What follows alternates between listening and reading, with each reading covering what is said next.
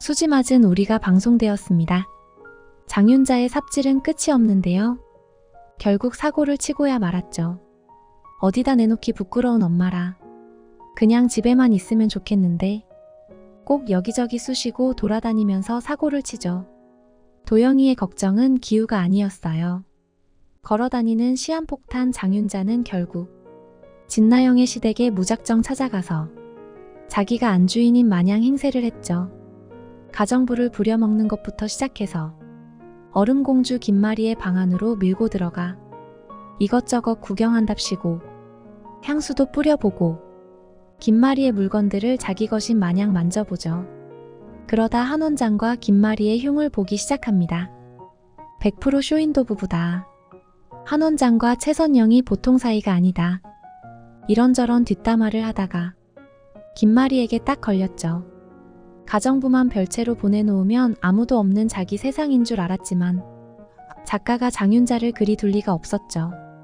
하필이면 꼭 누구 뒷담화할 때는 문을 열어놓고 하더라고요. 방문이 열려있는 줄 모르고 있던 두 사람은 문 앞에서 잡아먹을 듯한 눈을 뜨고 있는 김마리를 보고 기겁을 합니다. 화가 난 김마리는 장윤자를 내쫓은 거나 마찬가지였죠. 구경 다 했으면 이만 가세요. 그렇게 쫓겨나는 장윤자의 모습이 어찌나 웃기던지. 김마리의 뒤끝은 여기서 끝나지 않죠. 앞으로 사부인 이 집에 오지 마시라고 해. 나영에게 나긋나긋 이야기했지만 일종의 통보죠. 한 번만 더 내 눈에 띄면 너도 국물도 없을 줄 알아. 이제 70화가 조금 넘은 드라마인데 장윤자의 사돈집 방문은 오늘이 마지막 회였어요. 장윤자가 집을 나가며 외치는 말 한마디가 이 드라마의 모든 것을 말해주고 있는데요.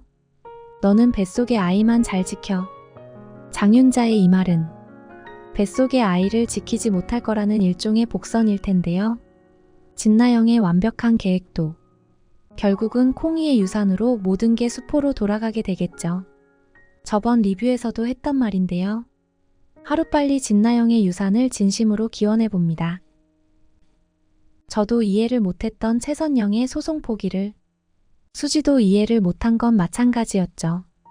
딸을 위한다고 포기하는 소송이 결국 딸에게 더 큰 상처를 줘버렸으니 말이죠.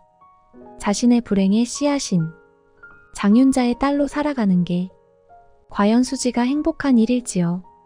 최선영은 그깟 법적인 호적 그게 뭔 상관이냐. 넌 내 딸이다라고 하지만 수지에겐 그렇지 않았죠.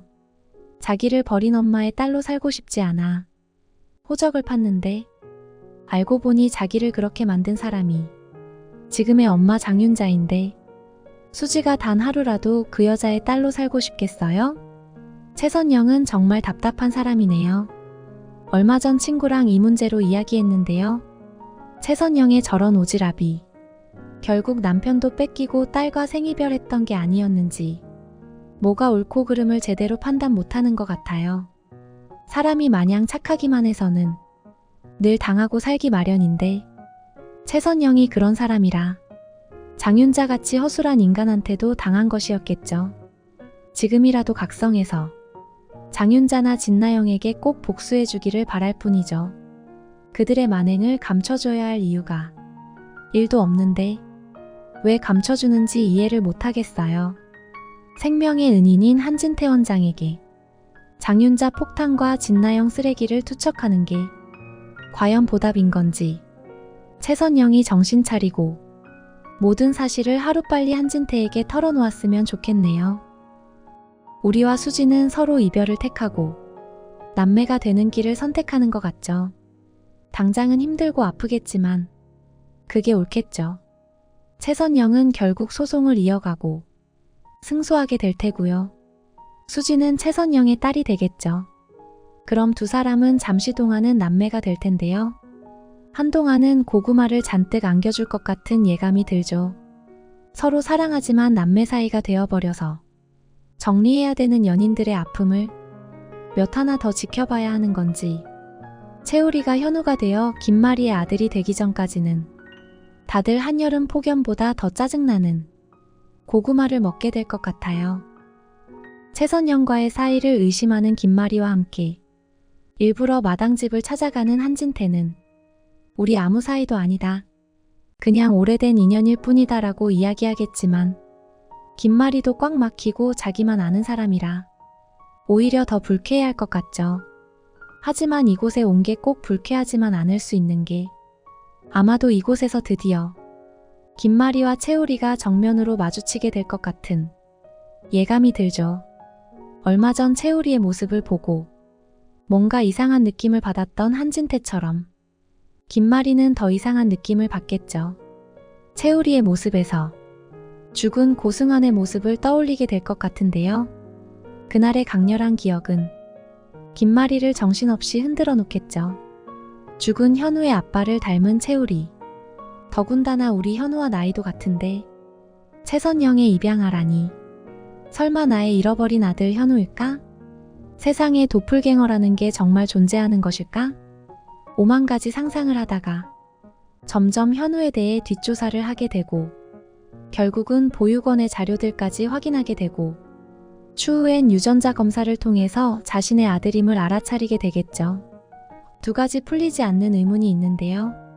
첫 번째는 정말 김마리가 입에 달고 사는 것처럼 현우의 실종은 한 원장의 만행인지 아니면 정말 사고인지, 두 번째는 왜 그 많은 재력을 가진 김마리가 아직까지도 아들을 찾고 있지 않은 건지이죠. 이 정도 재력이면 1년 내내 TV 광고, 신문 광고, 광고랑 광고는 다 도배해서라도 찾으려 했을 텐데 전혀 찾고 있지 않고 있다는 게 좀 의아하긴 합니다. 모쪼록 이어질 회차에서 김마리의 마당집 방문으로 인해 등장인물들의 또 다른 전개가 펼쳐질 것 같아 내심 기대가 됩니다. 김마리와 현우의 스토리를 어떻게 풀어가는지 함께 지켜보죠. 시청해주셔서 감사합니다. 김쏠쏠이었습니다.